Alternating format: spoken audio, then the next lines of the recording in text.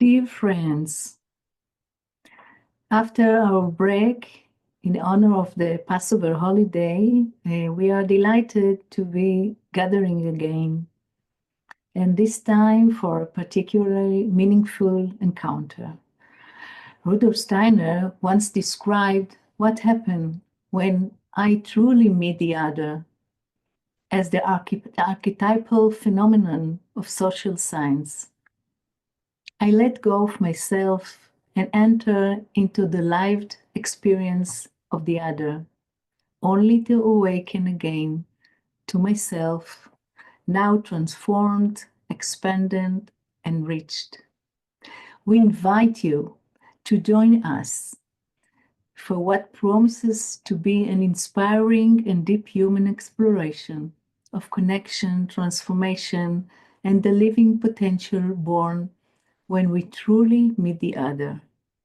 We are honored to welcome Dr. Jan Göschel, head of the section of Inclusive Social Development at the Gitianum's School of Spiritual Science. With academic grounding in psychology, education, and special education, and a doctorate in special needs education and rehabilitation science, Jan brings decades of experience in inclusive practice. Jan, thank you for being with us and for your contribution to the anthroposophical community in Israel. The stage is yours, please. Thank you, Nurit, for the warm welcome and for the invitation to speak to all of you today. And thank you all for taking the time to be here. And I hope that I have something to offer that will turn out to be worthwhile. So when we spoke before this talk about what I could offer, what I could speak about, what came to mind were a few themes that over the last few years that I've been working on from different angles that I thought I could put on the table, I could share from. And my contribution today isn't going to be so much kind of a lecture in which I will build something up in a very, very systematic way in order to drive home a particular point or that kind of thing. It's really what I would like to do is to offer some things that I've lived with and am living with, things that I'm working with, ideas that are inspiring to me, and offer them into a free space for you to see whether they resonate or whether some of it resonates with you, what you can take with you, and what comes out of it for you, if anything. So I'm not making any promises, but I'm going to put my offering on the table, and I'll be interested to see how it lands with you. And so I already spoke the word resonance, and a lot of what I'm going to speak about today, or what I'm going to try and unpack today, has to do with this principle of resonance. But I guess I have a tendency to kind of do a long arc and start from somewhere and then come to the topic of the talk. I hope I don't get lost. I would like to actually start by speaking about time before we get to resonance. And that's not, that's not unconnected, because phenomena of resonance are phenomena that happen in time. And in a way, the way I've come to this question of resonance and the question of what happens in the encounter between one human being and another has come also out of the question for me of what do we need? Well, first of all, the question for me was, what do we need to do, or how do we need to enter into relationship in order to support the development of another human being? And then it turns out that also has to do with our own development. So my background, as Nurit already said, is in educating children and youth with complex disabilities. I've worked for most of my life in the context of the Camphill Movement in the United States, in a Camphill community, school community on the East Coast of the United States, with mostly with children and youth with complex developmental disabilities. And so the task there is to support development. And this question of development is really one that has been at the center of my life and my work. What does development mean? And then, of course, you look at that first as an educator by looking at children who are in a situation where their developmental path is maybe more complex, more complicated, and needs a more focused attention, a more intentional way of supporting and accompanying them than what is maybe typically the case, where we expect that certain developmental steps just kind of unfold in a pattern that follows a kind of a natural progression. And so you start to think about development, and then when you think about that from an anthroposophical perspective, you realize that the development of the person I'm supporting, the child or youth I'm supporting, really has a lot to do with the question, am I also on a path of development? So these two things become interlinked. And then the whole question of development, of course, also is a social question. So it's not only individuals that we develop, but we develop or are faced with the development in the communities that we are in the organizations that we are in, and as a society, on the small scale, on the large scale, as humanity on this planet, we're faced with the question of development. And so development obviously is a phenomenon that has to do with time, because a development is somehow, development is a process that happens in time. And Shteiner has some intriguing ideas about the question of development and time. We're used to thinking of time being something that just exists, and then within that development happens. Shteiner somehow turns that upside down, and he says it's because we live in a world where there are beings that are developing, and they're developing side by side in the same reality at different speeds. And I as a being have my inherent developmental rhythm and speed, and maybe the tree that's outside the window has another speed at which it's developing, and so on. So we have the world as kind of this conglomeration of beings that develop at different speeds, and that experiencing that, how we all develop side by side with each other, is actually what creates the phenomenon of time, or the experience of time. So I'm going to put that out there and leave you to ponder and meditate that. I think that's really, time is one of the most puzzling phenomena that are part of how our experience works, how our experience is structured. But the idea that time isn't something that exists in the abstract and then as a coordinate system mathematically, and then within that we develop, but that it is actually the fact that we develop collectively, individually, side by side with all the other beings of the planet, that is what creates time. Time arises because there is all of this development happening. So that's a little bit of a philosophical lead-in. I want to show you a couple of pictures around this question of time, and I think I am able to share screen, right? So let me just pull this one up here.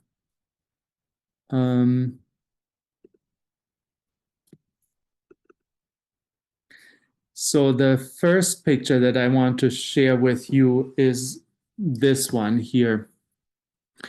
When we think about time, often in our day and age, I think we think about time as a timeline.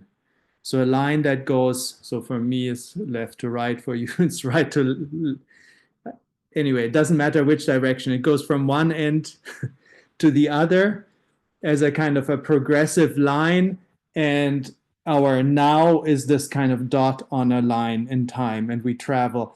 This is a picture of linear time, and when we think of time as a linear process, we are here in a now that's kind of a point on a line, and it's traveling forward, and we have a past that recedes into the background, and we have a future that we're moving into that is far in the distance ahead of us. And we think of ourselves as this line that's moving forward, but our existence is only in this one little point in the now. And that's this linear concept of time is not how people have always thought about time. We know that in different cultures and different metaphysical frameworks, spiritual frameworks, wisdom traditions, there have been different concepts of time. And it's a bit of an oversimplification, but we could say if we go back in history to more ancient times, wherever those ancient times are, we tend to have cyclical pictures of time.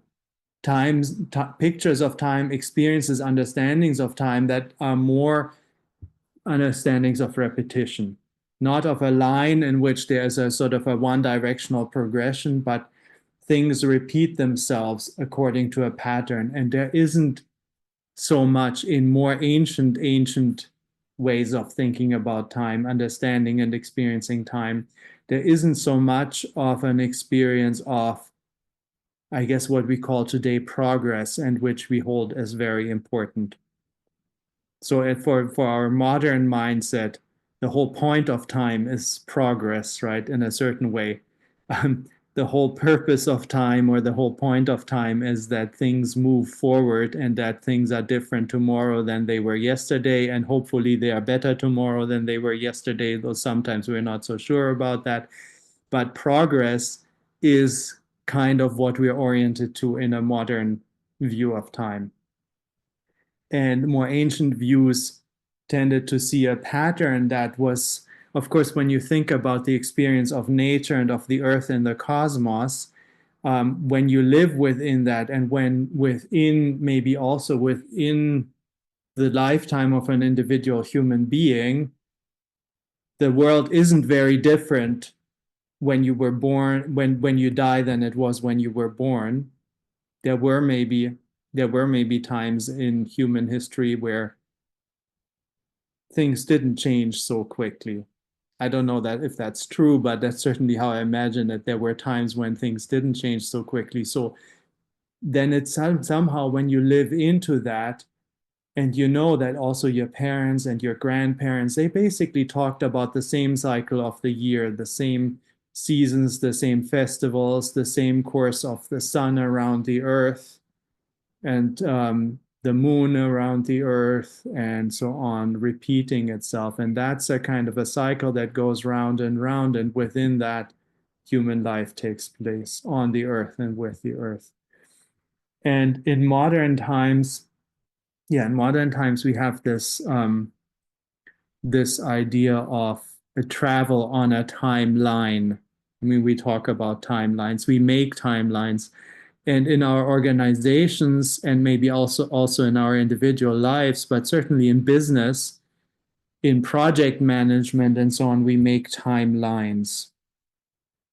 I mean, that's a term. Certainly in English, we talk about that a lot. Make a timeline. You apply for a grant for a project. Where's the timeline? You're trying to do something. Where's the timeline? Give me your timeline, and then put your budget to it, and so on and so forth. You all know this, right? So this is part of a completely different, I mean, we take it for granted, but it's part of a completely different relationship to time and to processes in time than when you're working, if you put yourself imaginatively into the cyclical idea of time. So I'm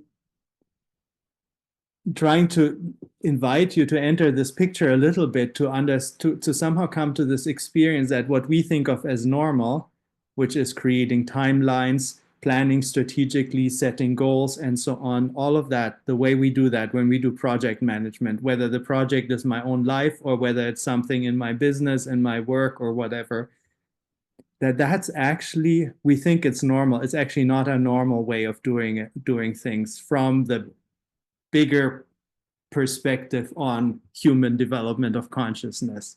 It's a particular way that we think we work with time today. And so the question is, in this linear view of time, how do we relate to the future? In this linear view of time, we have a relationship to the future, which basically works out of, we think we're very future oriented, but we basically work out of the past. On the timeline view of time, we set, so in businesses, we do strategic planning. We set goals with measurable outcomes for what we think is going to be there in 3 years, in 5 years, or whatever. And this whole concept of planning, that you project a goal forward, you have a specific, I don't know if you know all of this US business terminology, SMART goals, right? Specific, measurable, attainable, what's the R?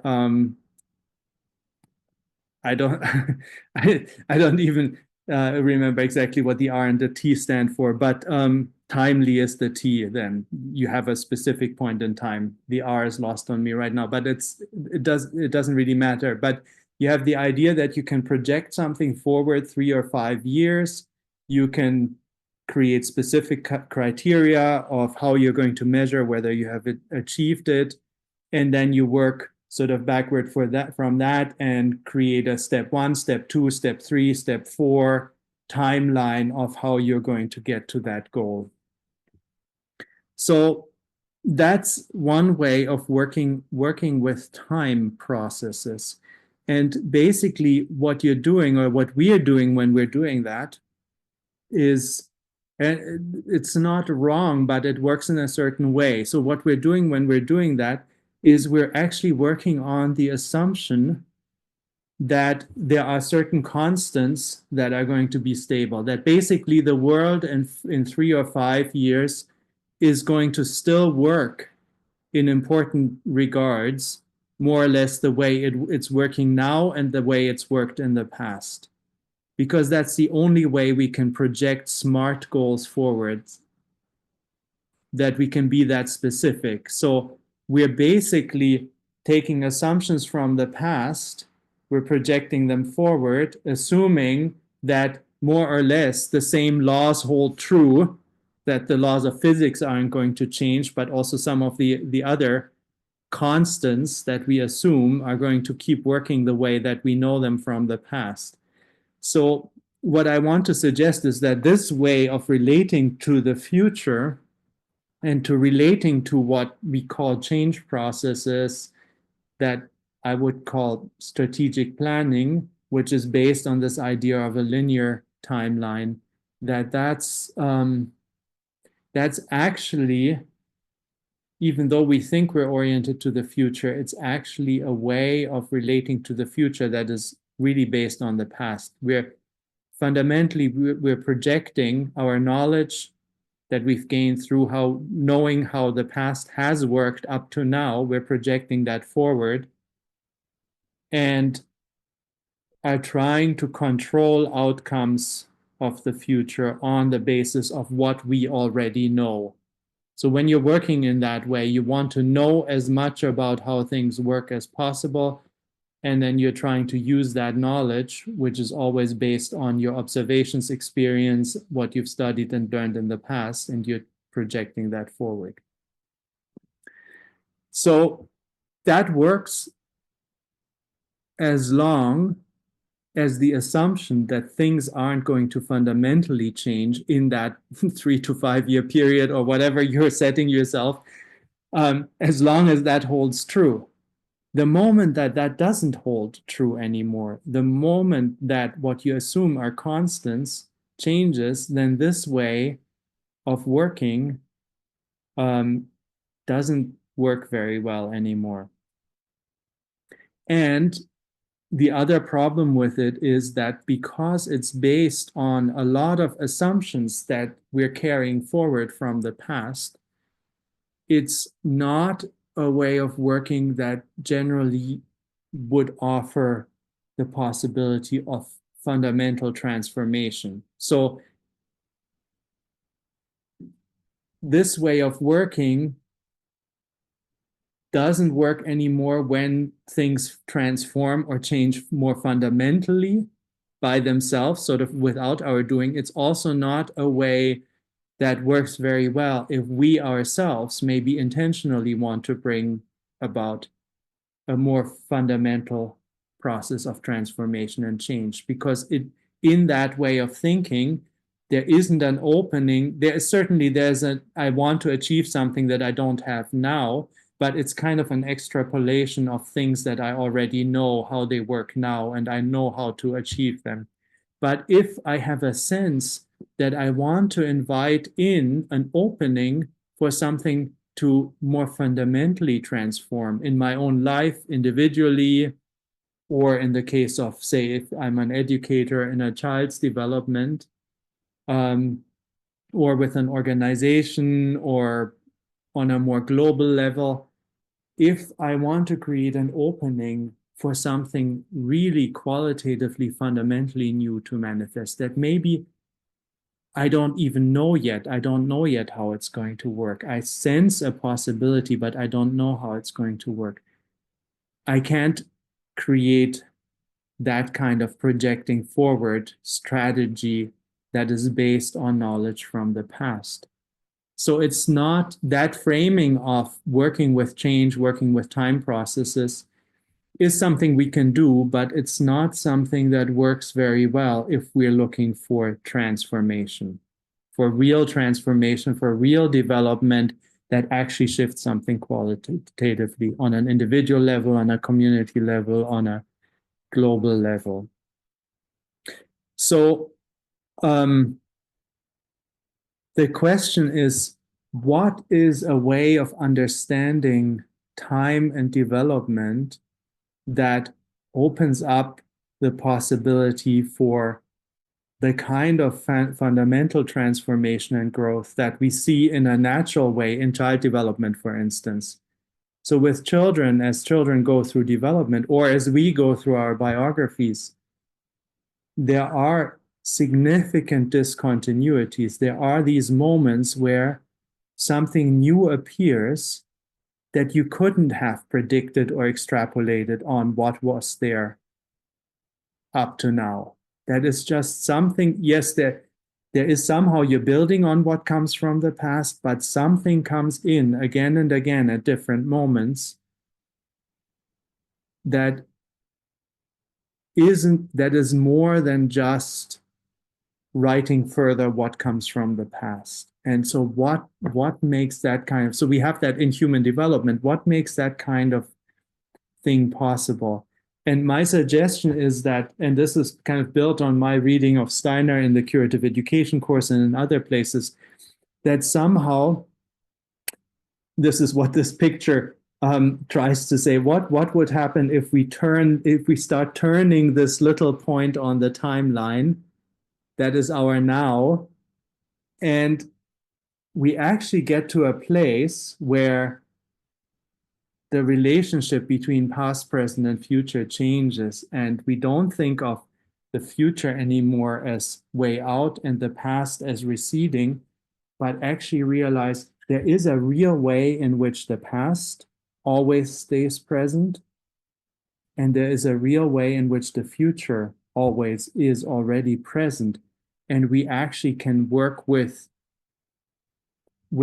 both of those as realities in the now. And to get a little bit closer to that, I want to share another picture, and we're gonna try and develop this picture of past and present, not on a timeline, but in how is the past present for us in the moment now? How is the future present for us in the moment now? And how can we gain kind of agency within that so that we can work with the possibilities that we have when we have the past and the future available to us as transformative agents. So there's something that I learned from an anthroposophical biologist who died a couple of years ago, Wolfgang Schad, whom I heard give a lecture some years ago, which I still it was one of those aha moments for me that I'm still kind of still drawing on and still getting mileage out of, including this talk.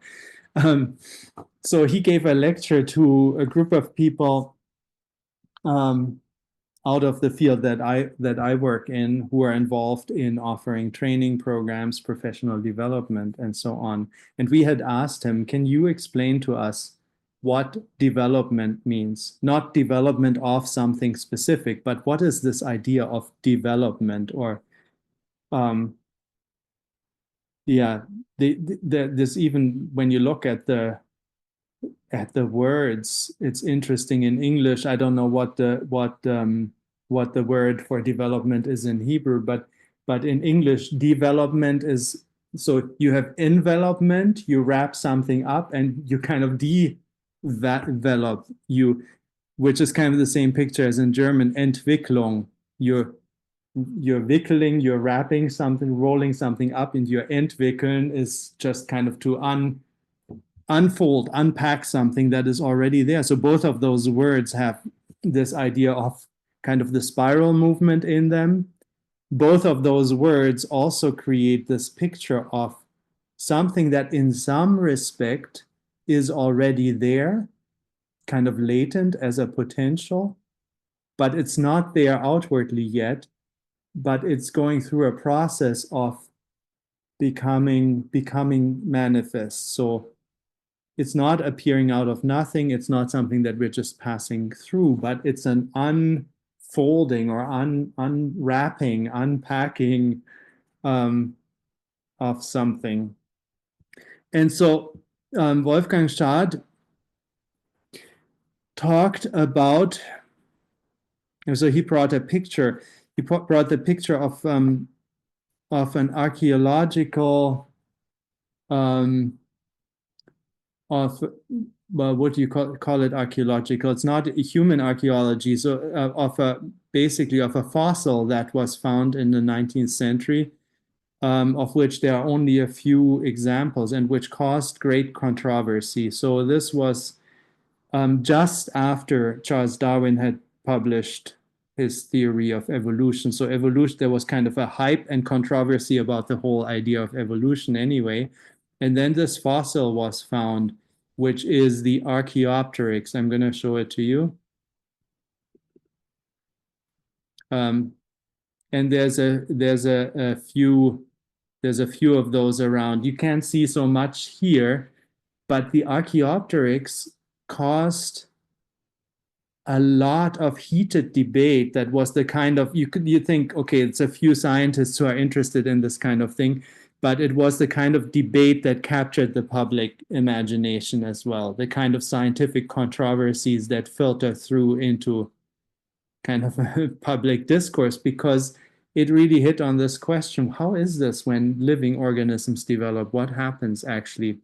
And so the problem with this Archaeopteryx was, you see, you had before Darwin's theory of evolution, you had some people like Goethe and so on, and others who had kind of early kind of intimations of an evolutionary idea. But by and large, you had a kind of system that Linnaeus created where you had different species categorized. And so in that you had a category of of animals that were classified as reptiles, and you had a category of animals that were classified as birds. And dinosaurs, of course, are reptiles. Birds are a very different kind of animal. And this Archaeopteryx, I have a different picture for you of him, her, we don't know. So this is a little bit involving a little bit of fantasy, but this is putting some flesh on the bones and feathers on the bones.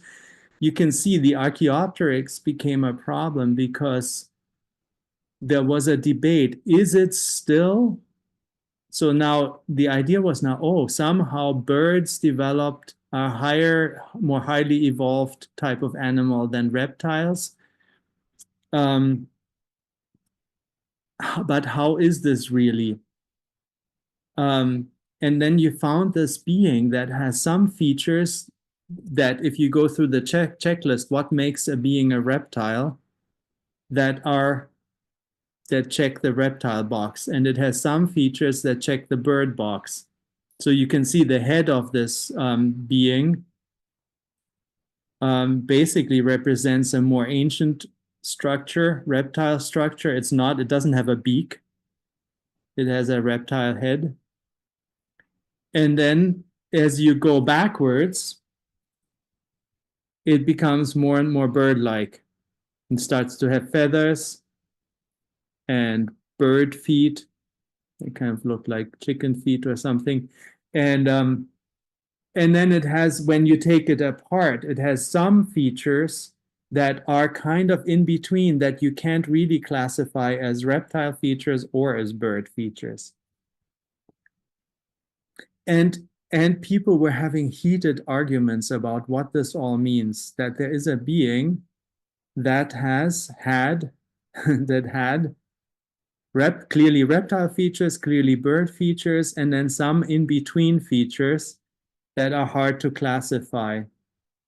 And it was treated as a big anomaly until somehow the idea settled in that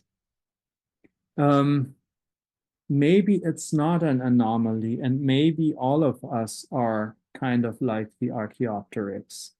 And so this is the picture that Wolfgang Schad was bringing, that actually in the Archaeopteryx you see something that is true of all living creatures and all living processes, and that has to do with this whole question, well, what is development? How does development work? And he says, development is exactly what you see happen in the Archaeopteryx. In any living organism, in any living being, and that includes us as human beings, but that living beings are also, social beings are also living beings, say a company or a school or a community. Any living being at any point in its development will have within it, will carry within it all the earlier developmental stages that it went through. They're all still there somehow. They don't disappear. They just become integrated in a new way, but they're all still there. So whether you think of ourselves now sitting here as grown-ups, just in the span, I mean, even leaving ideas of karma and reincarnation out of it, but just thinking of this unique embodied biography, the idea, if this is correct, would be that we all carry within us all our previous developmental stages in some way. They're integrated in a different way, and they of course transform as we integrate them, as we move through development, but they don't recede behind us on some kind of timeline. They are actually there right now. And all of us carry within us also kind of beginnings of whatever it is that we're developing towards. That is latent, but beginning to show itself. And what Wolfgang Schad then, I mean, you probably know this picture, what he talked about is what is particular about the human being is in a way, the human being, just as an individual human being from an organic point of view, is the being. And he's a biologist, so I have to trust him. I haven't completely gone through the process of verifying that, but he says the human being is that living being that,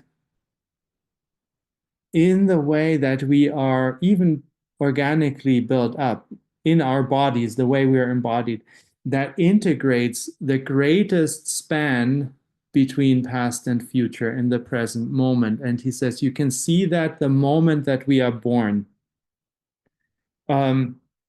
So if you look at all the animal species that from a biological point of view are the most closely related to the human being, most of them, even the advanced mammals, the babies are born and they very quickly get up and walk. They become independent very quickly.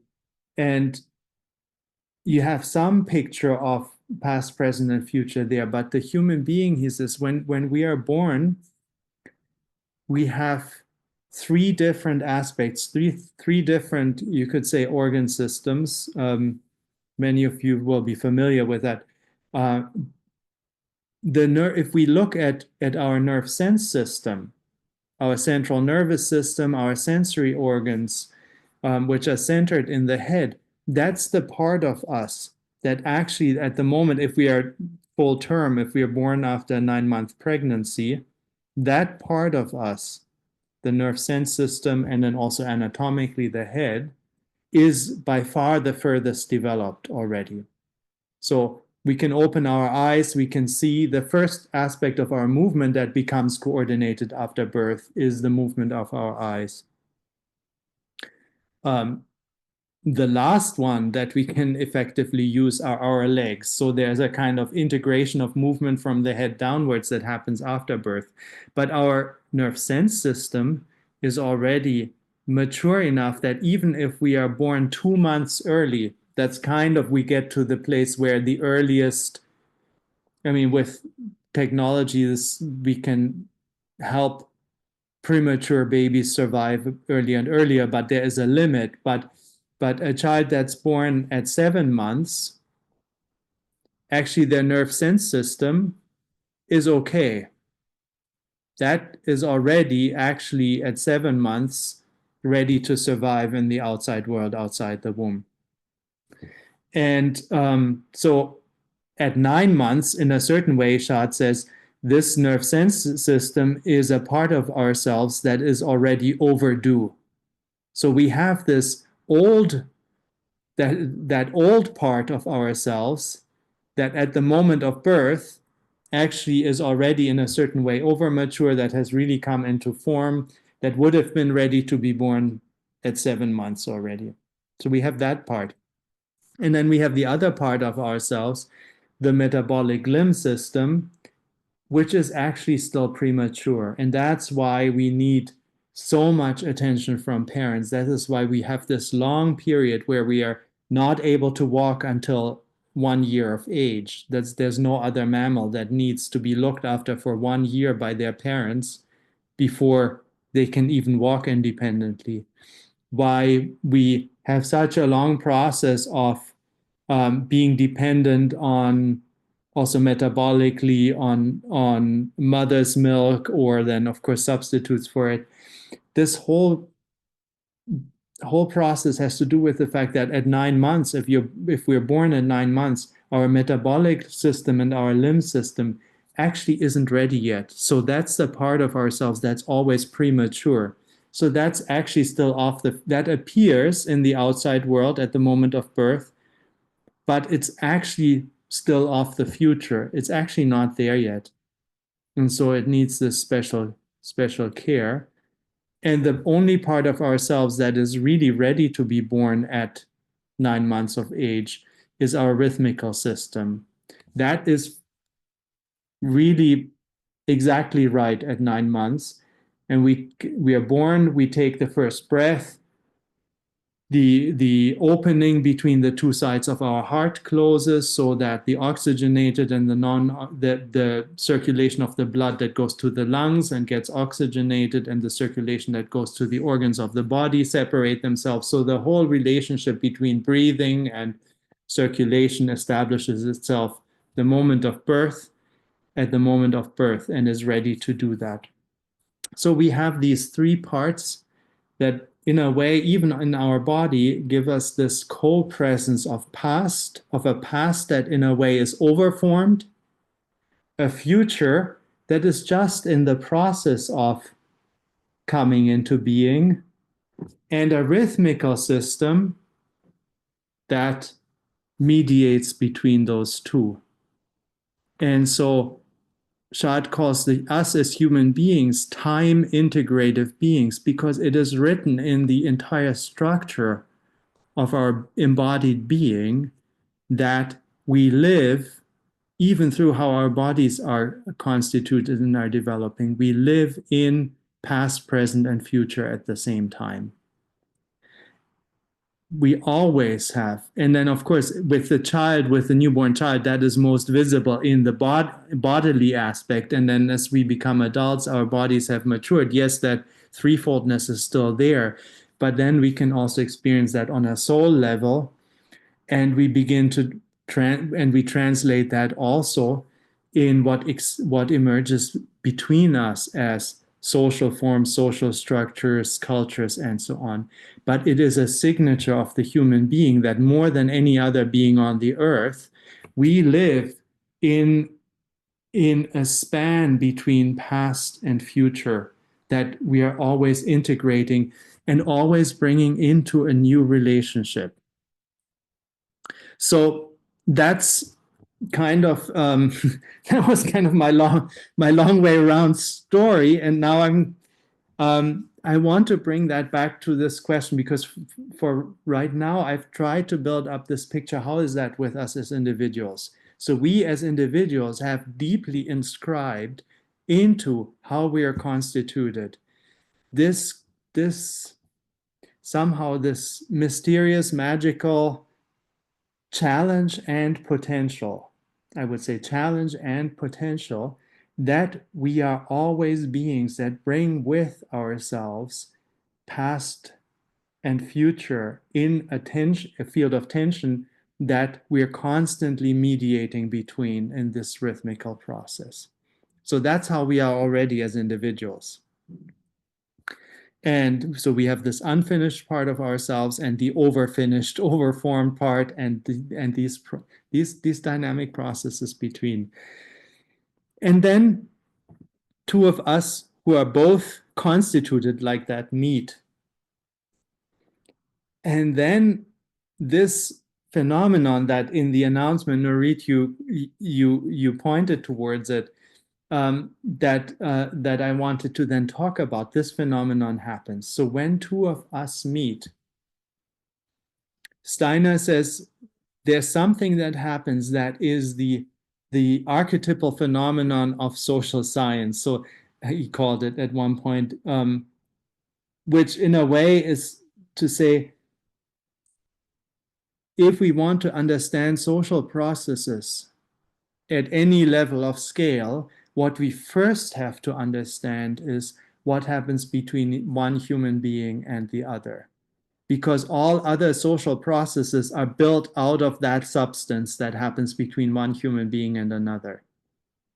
So we can talk about, we can talk about community building, we can talk about small scale group process work, conflict resolution, dialogue processes, or we can talk about organizational development, we can talk about large scale social processes, but the substance that it's built out of is always, the starting point is what happens between one human being and another. And in some ways, it's somehow it's very logical because all social processes involve at least two people. It's if there's only me, it's not yet social, I guess.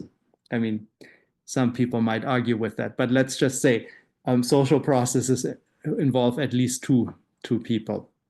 So what happens when we meet as the two people who are constituted in that way? And Steiner describes it like this. He says, when we meet, at least as embodied beings, and then there's the question, does the same thing happen? Now we're meeting in this weird electronic space where we're not fully present with each other as embodied beings. That's a whole research topic. I don't want to go into that right now, but the archetypal part of this phenomenon happens when we are in the same room as embodied beings. And then we can ask questions about what happens if that presence with each other is reduced. But when we are in the same room as embodied beings, we come with these time integrative bodies. So I bring my past, present, and future. You bring your past, present, and future inscribed into the way we are embodied. And Steiner says, what happens is a rhythmical process not only within me, but between us, where I fall asleep and participate unconsciously, he says sleepingly, in your embodied process, consciousness, being, experience. So I participate in your experience. That means I let go my separate embodied experience and co-experience how you are present in life, in this room, in your body, in this space, in this moment. I actually experience that. I actually participate in that. But because I have to let go of my self-awareness in order to participate in that, I lose consciousness of that. And then he says there's sort of a natural rhythm that develops, because as I lose consciousness of myself and my consciousness kind of gets absorbed in participating in your process, there comes the moment where I have to pull back, because otherwise I would completely lose myself, and I come back to myself. I wake up to myself again.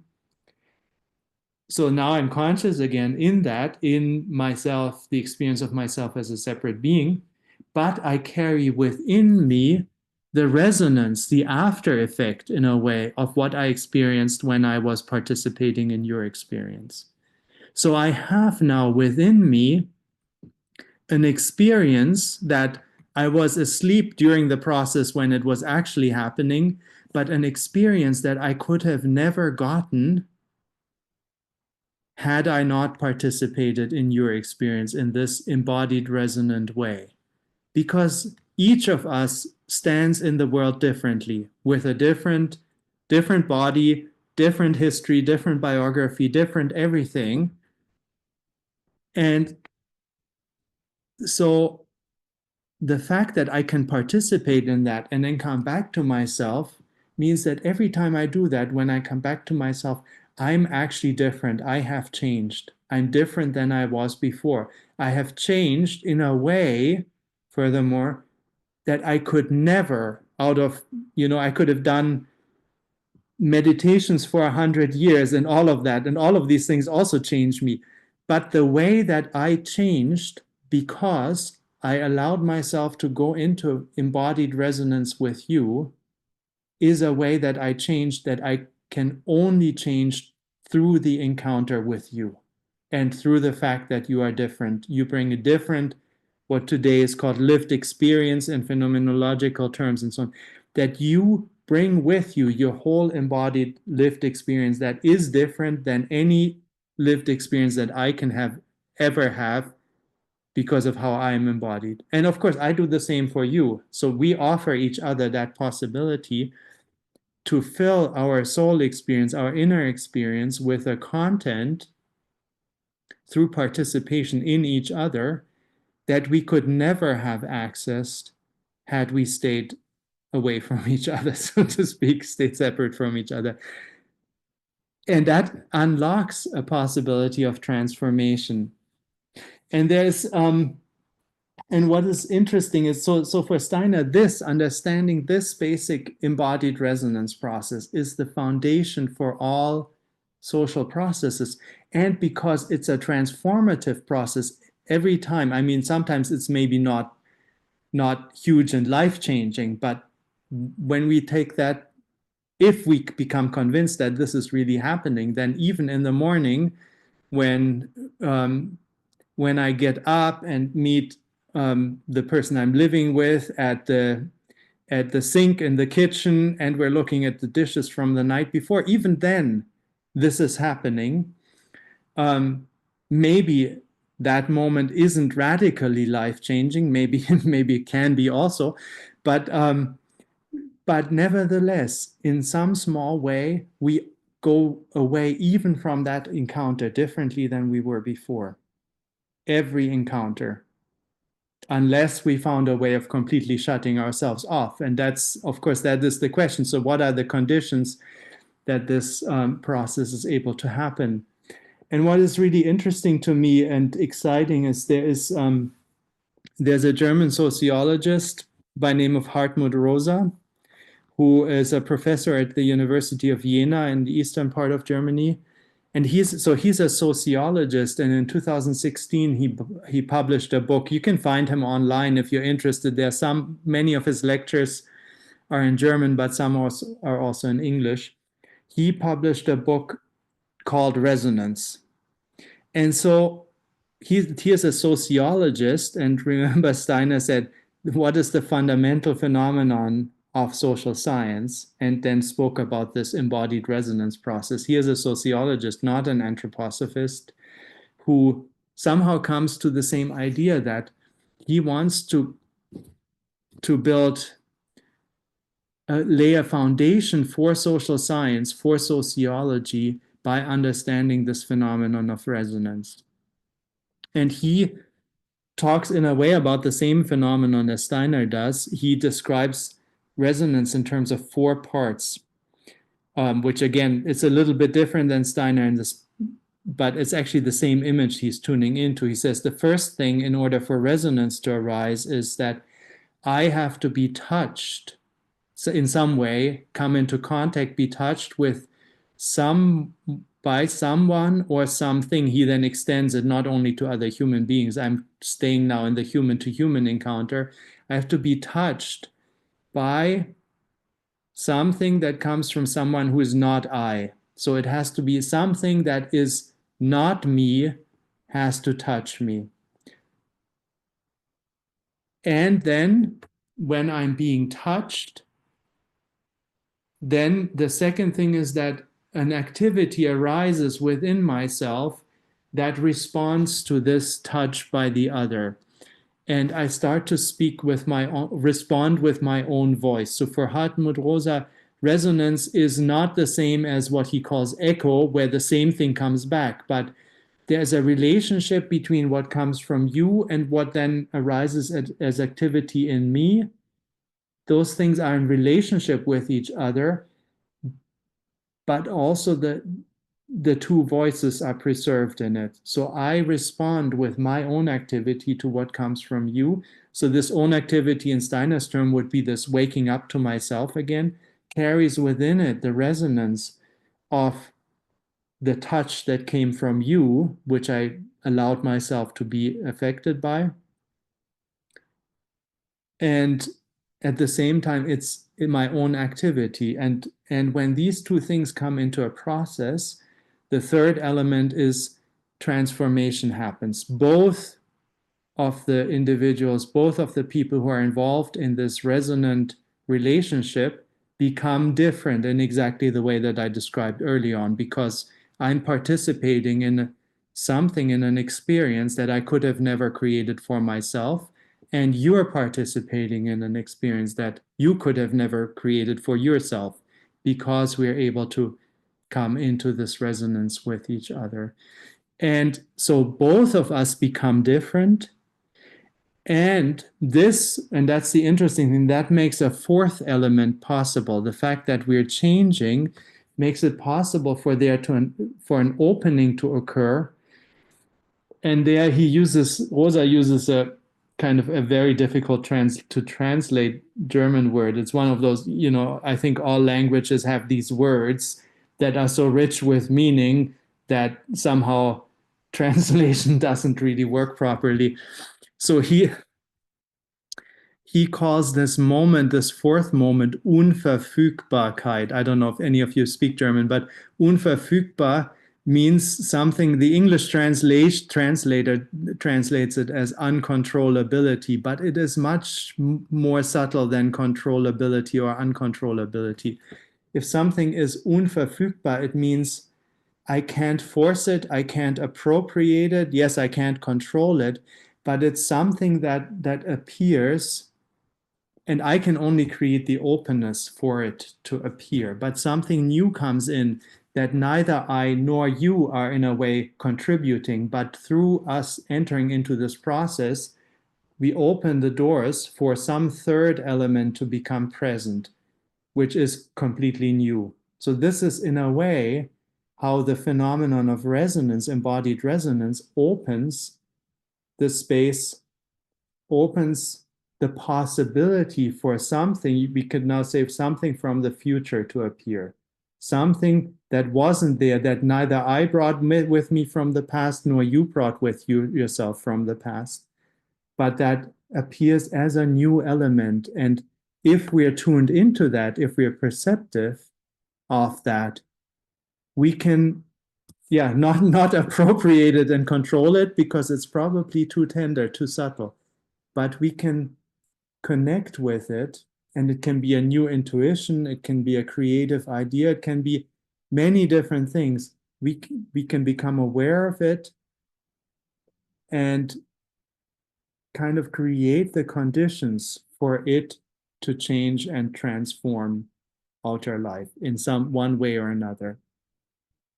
And I think many of us have experienced these moments. Maybe the easiest thing is to think of conversations, really good conversations that we've had, where something came up in something came about in the conversation, that it's not because I gave you something that I'd already worked out, or you gave me something you'd already worked out, but where somehow the door opened to a creative process that brought new possibilities into the room. And what is necessary for that to be able to happen is that somehow both that we are different from each other. If we were the same, if I was trying to do that even with a copy of myself, which of course doesn't exist, but just hypothetically, it wouldn't work. So the fact that we are different, and at the same time, without trying to cancel out our difference, that we are able to enter into this resonant relationship. So somehow these being different and tuned into each other creates that creative possibility through which kind of drops of the future can come in. And that seems to be kind of a, maybe a key to one aspect of what development, in the sense of future possibilities being able to land and to realize themselves, what that might mean on all different levels. And so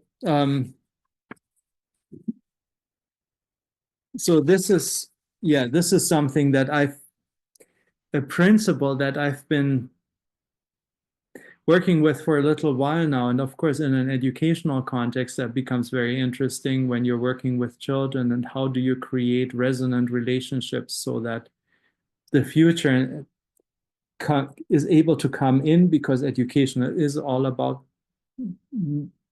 creating openings for the future.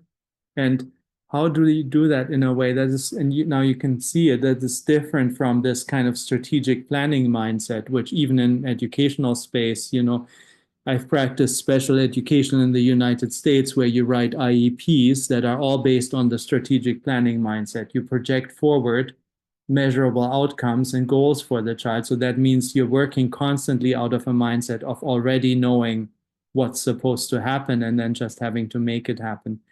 But how do you genuinely create openings for a future that neither I nor the other person actually know yet? We can only have a sense of possibility, but we don't know the future. We want to get to know it. And so how do we create those kind of openings for an emerging future that is unknown as it emerges, becomes known through our engagement with it. And so that's not to say, you know, with a child that I'm not going to ever set a measurable goal for their reading or math or something like that. These things, they have their place and they have their appropriate place, and they can also become inappropriate in certain places because they shut down. So this is kind of, you have to navigate that because they can too much working within the future that is just a projection forward of what I already know can also, it moves us into the search for controllability, for Verfügbarkeit, for things that we want to be able to bring about in a smart way. And it actually can shut down the possibility for this other this other soul gesture of openness and receptivity that creates the conditions for something that we can't even anticipate yet fully to be able to come.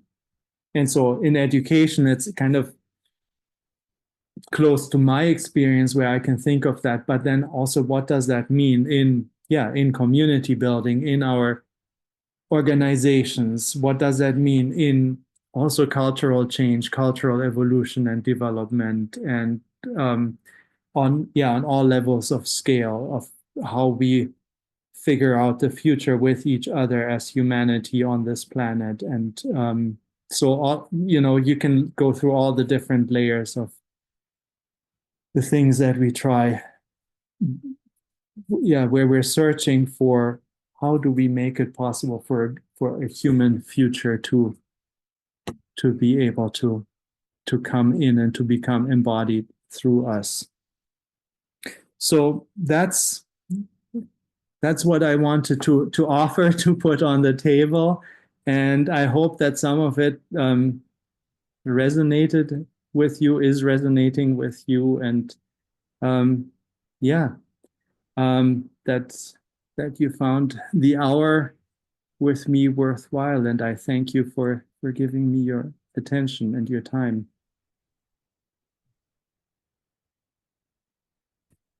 Thank you so much. I want to ask, if it's okay, does this also relate to Steiner's lecture on social and antisocial relationship? Yes, yeah. Mm-hmm. That's one of the places. He has a number of places where he somehow talks in different ways on these principles. So with the social and antisocial forces, that's one of the places where he explores this. And there, I mean, there's an interesting point that he makes there that also has to do with this. How do we, I would phrase it like this, how can we be together and separate at the same time? Or maybe a better way, how can I be with you and with myself at the same time? Because resonance needs both of those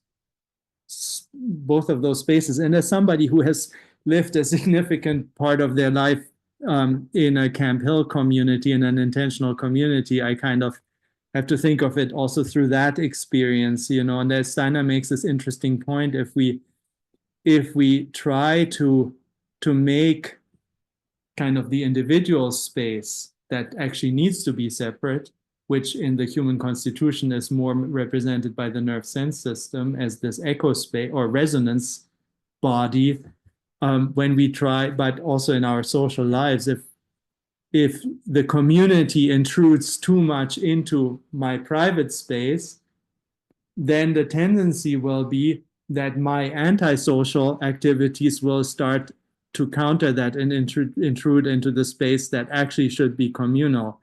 And so how do we bring being with myself and being with the other, participating in the experience of the other and having the space to wake up to myself? How do we bring that in the right balance? Yeah.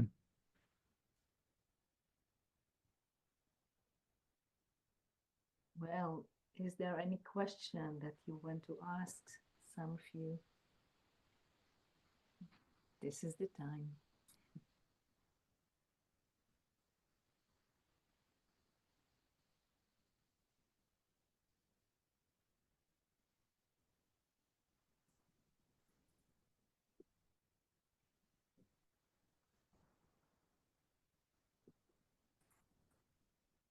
I want to ask if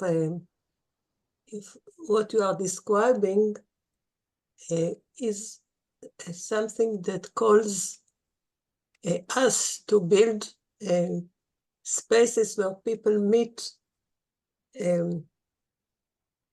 on different laws of communication, like this is the time that we are going to be creative, whatever that means.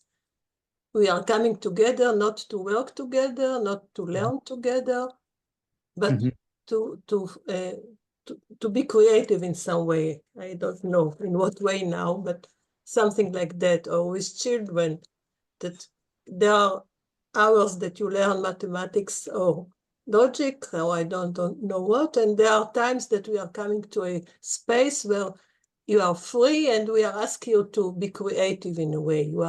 So there can be a different time for different communication.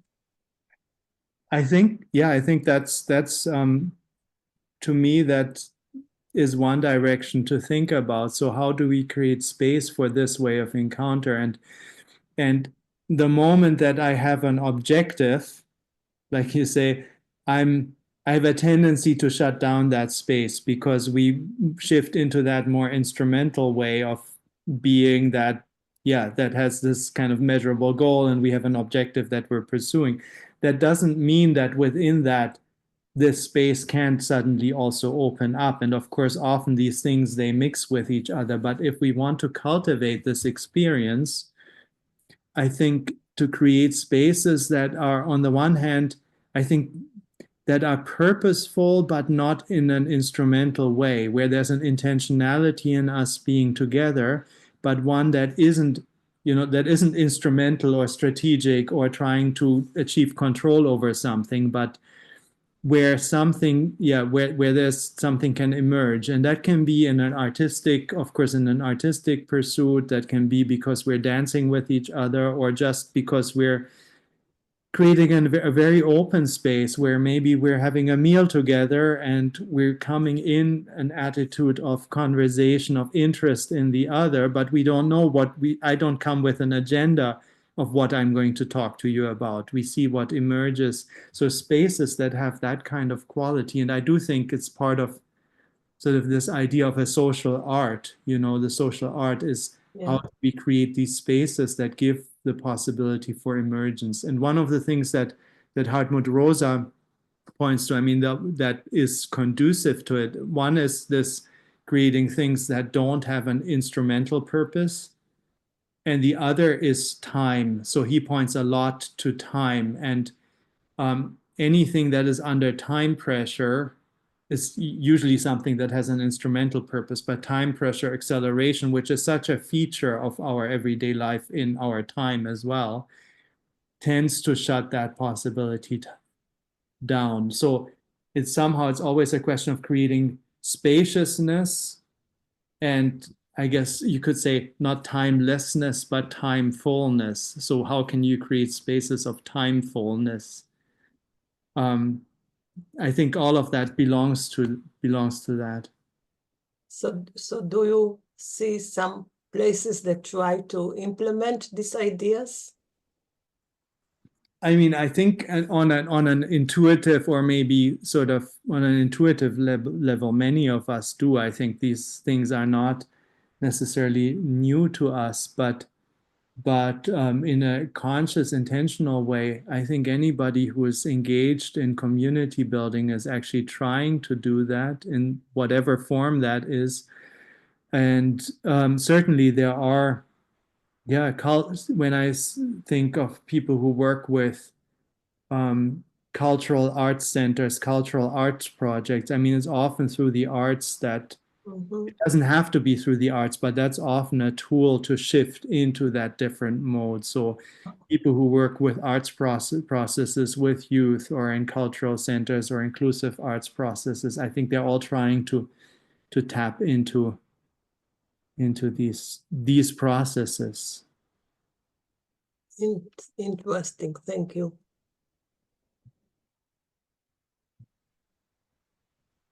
And of course, if you can manage to do it across divides of difference in terms of how people are standing in the world. So I can think of here like people who are working with refugee communities, or in Europe, in the US, the whole question of migration and so on.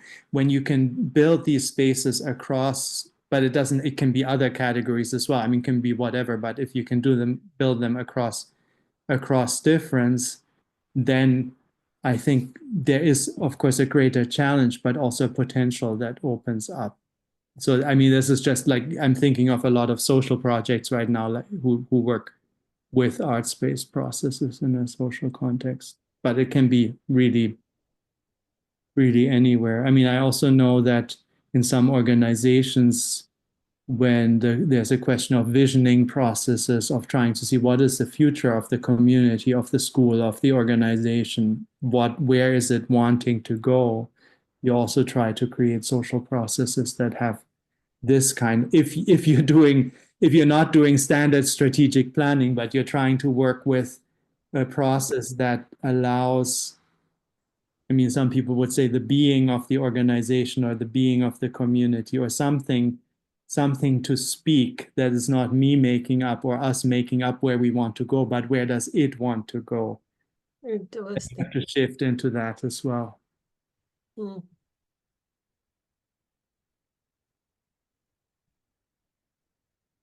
Yeah. Yeah, Jan, I was listening to your last words, and I could not, and I thought about Israel these days. Trying to find what is our, what is our vision, where this country goes to, inside ourselves, with our neighbors, and it's whatever you said about organization now, I think related to the country, related to each community. And unfortunately, we see what's happened when you don't find the way to do it together.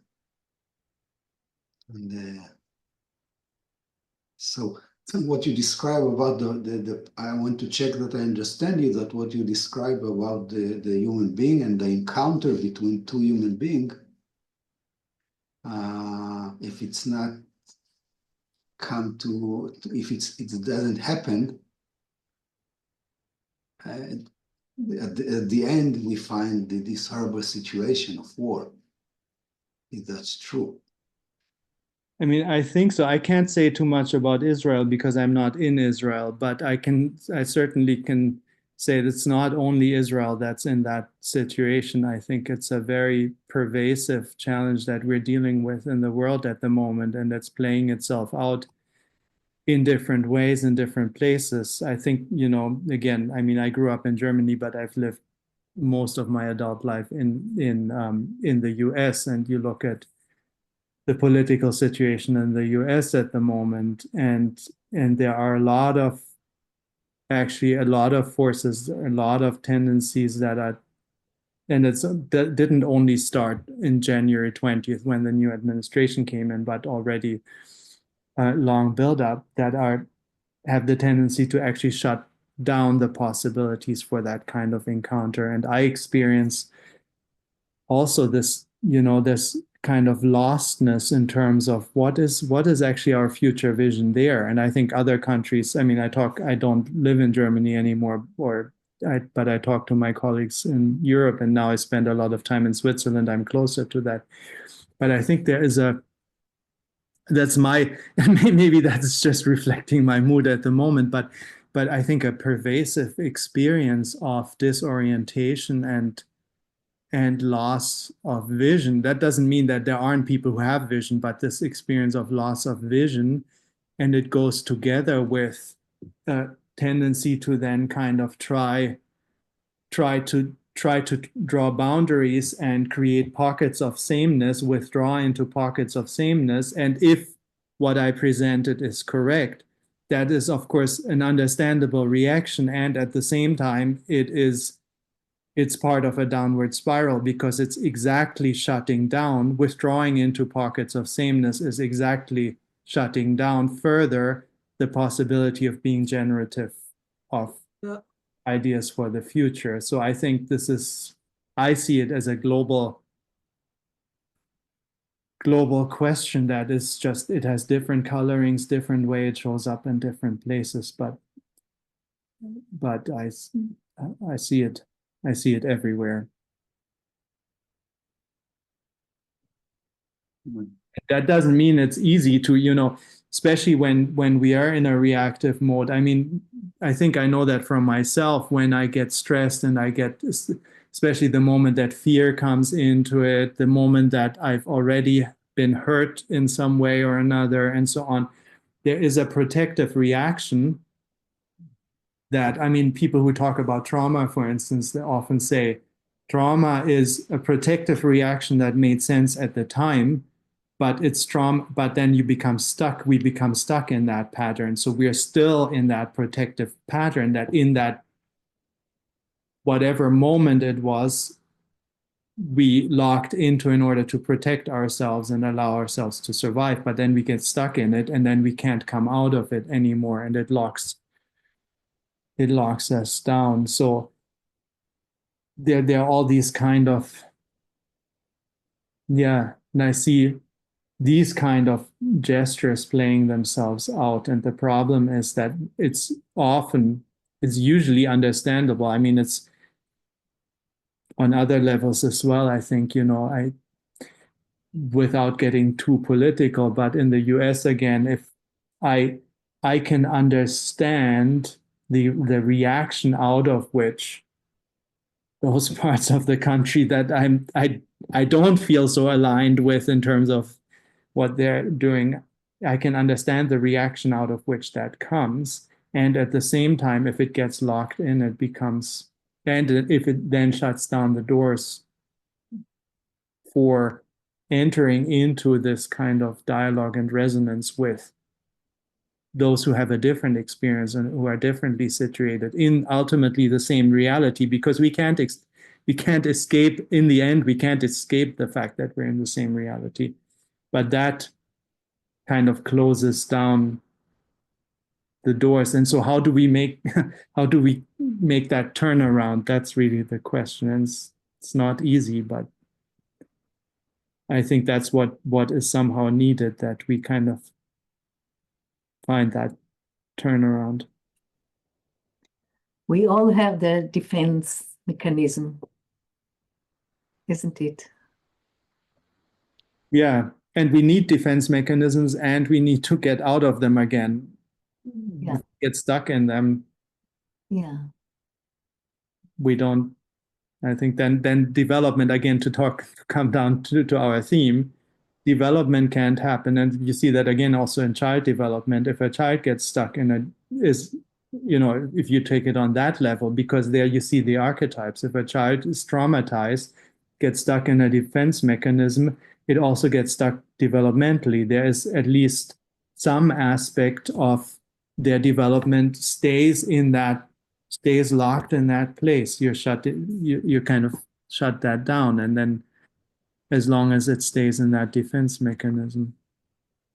So that means that to be stuck, applying it to the situation in the Middle East, to get stuck means to become same as the other. Makes it impossible to develop. That means that we all are half reptile, half bird, and cannot decide which one we want to become. Did I understand you? Is it a correct interpretation?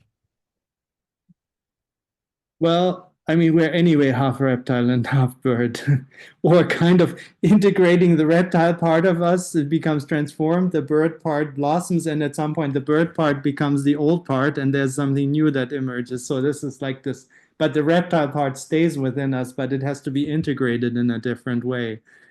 But we don't want to get stuck in the half reptile, half bird situation. So how does that process, that metamorphic process, continue to go? And I think that does mean from what we were talking about, it doesn't mean always being in engagement with the other, not with the same. That's part of what is needed for development. And then kind of, reactive or defense mechanisms have the tendency to freeze development in a certain place. Yeah, and then you stay half reptile, half bird without it metamorphosing further. Somehow, something like that. You can take that image with you into your meditations and see it, like, see how it what else comes out of it. Thank you so much, Jan. Your inspiring and special lecture was really beautiful. I think you've opened the space for the resonance in your words. And I think it's really a big question for the whole humanity now in that time. So we have to sleep on it. And thank you so much. Well, thank you for the invitation. And again, thank you so much for being here and for giving me your time and attention.